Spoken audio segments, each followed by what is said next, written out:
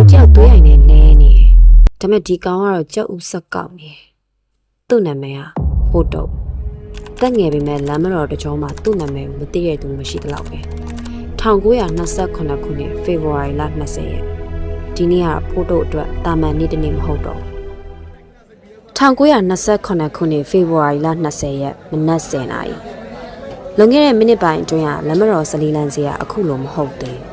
ပုံမှန်ဆိုလူရှုပ်အတန်ဆူဈေးတယ်ရင်းနဲ့ပြည်နေတတ်တဲ့နေရာတစ်ခုဒါပေမဲ့ဒီမိနစ်မှာတော့အခြေအနေကရုတ်တရက်ပြောင်းသွားခဲ့တယ်ဈေးတွေကလူတွေတဖြည်းဖြည်းငြိမ်သက်သွားတယ်တချို့ဆိုင်တွေတကားဆေးလိုက်ကြတယ်ကြောင်နဲ့တယောက်တီးရိုးပြောနေကြတယ်ပုံနာတစ်ဘက်နှစ်ယောက်အစော်ခံလိုက်ရတယ်တဲ့ဘသူလောက်တာလဲမချစ်ဖို့တာဖိုးတုတ်လေလူအုပ်ရဲ့အကြည့်အားလုံးကလူငယ်တယောက်စီရောက်သွားတယ်ကတုံးစတော့စပင်ပိန်ပိန်ပါပါအရက်မြင့်မြင့်မျက်နှာကြောခက်တင်တင်တဲ့လူငယ်တယောက်သူကသူ့ကိုကြည့်နေတဲ့မျက်လုံးတွေကိုစိတ်မဝင်စားလမ်းမှာပြန့်ကျဲနေတဲ့ကြုပ်ကိုတလုံးချင်းကောက်နေတယ်သူ့ဘေးမှာတော့လူတယောက်သွေးရိုင်နဲ့လဲနေတယ်လူတိုင်းကြောက်နေတဲ့အချိန်မှာဖိုးတုတ်ကတည်ငြိမ်ငုံနေတယ်သူ့မျက်နှာပေါ်မှာနောင်တလည်းမရှိသလိုကြောက်စိတ်လည်းရှိမနေဘူးအလုပ်ပြီးသလိုပဲကြုပ်ပန်းကိုယူဆိုင်နဲ့ပြန်ဝင်သွားတယ်ဖိုးတုတ်ကအရင်ကဘတ်စကားစပယ်ယာလိုက်ခဲ့ဘူးလေအသက်ငယ်ပေမဲ့ရန်ကုန်ဘတ်စကားလောက်ကမှာသူ့နာမည်ကိုမသိရသူမရှိသလောက်ပဲဘာလို့လဲဆိုတော့လက်ကလည်းမြန်တယ်ဒေါသလည်းမြန်တယ်ရုပ်ပွဲတွေခဏခဏဖြစ်လို့သူ့ဦးလေးအဖိုးတင်ကအမြင်လိုက်ရှင်းပေးနေခဲ့ရတာနောက်ဆုံးမှာတော့စပယ်ယာလောက်ကနေထွက်လိုက်တယ်အခုတော့မိသားစုဈေးဆိုင်ကိုလုံးနေပေမဲ့ဖိုးတုတ်အတွက်ဈေးရောက်တာသူ့ဘဝမဟုတ်ခဲ့ဘူးသူစိတ်ဝင်စားတာလမ်းမတော်ရဲ့အခြားလောကဂျင်ဝိုင်းတွေကြောက်ဝိုင်းတွေ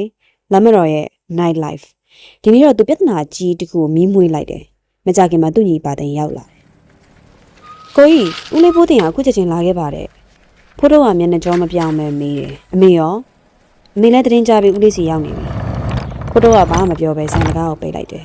သူသိတယ်ဒီကိစ္စဒီလောက်နဲ့မပြီးဘူးဆိုတာဦးဖိုးတင်အိမ်ရောက်တော့သူ့အမေပါရောက်နေပြီသား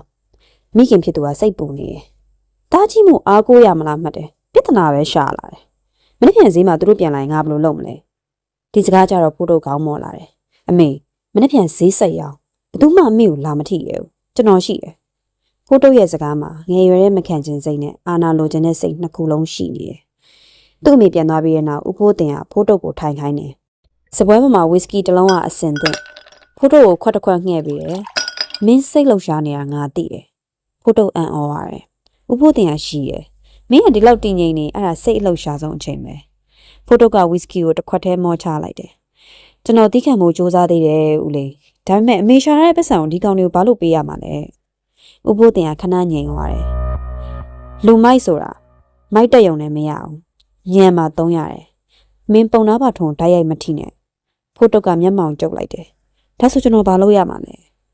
ဦးဖိုးတင်ကရှေ့ကိုကိုင်းလာတယ်မင်း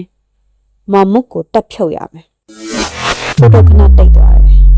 မမုတ်ရန်ကုန်မှာနာမည်ကြီးလူမိုက်မက်စတီခန့်ရဲ့လက်ယုံဦးဖိုးတင်ရဲ့အစီအစဉ်ကရိုးရှင်းတယ်မမုတ်ကိုထိလိုက်ရင်ပုံနာပါထုံနဲ့မက်စတီခန့်ကြားမှာတန်တရားတွေစတင်လာမယ်အဲ့ဒီအချိန်မှာဖိုးတုတ်အတွက်လမ်းစားပွင့်လာနိုင်တယ်ဦးဖိုးတင်ကဆက်ပြောတယ်အရေးကြီးတာမမုတ်ကိုမင်းလောက်တာမှလောလောဆယ်ဘယ်သူမှမသိစေဖို့ပဲကွာဖိုးတုတ်ကခွက်ထဲကဝီစကီကိုကြည့်နေတယ်သူ့ရှိမှလမ်းနှစ်ခုရှိတယ်တစ်ခုကတာမန်ဘွားနောက်တစ်ခုကအအနေရများတဲ့လမ်းသူ့ဖျားရိုးရှင်းတယ်ဖိုးတုတ်ပြုံးလိုက်တယ်တိတ်သွားတော့လေဘာရေးလဲဦးလေးဟာသူ့စကားနဲ့အတူဝီစကီခွက်ကိုထပ်မော့လိုက်တယ်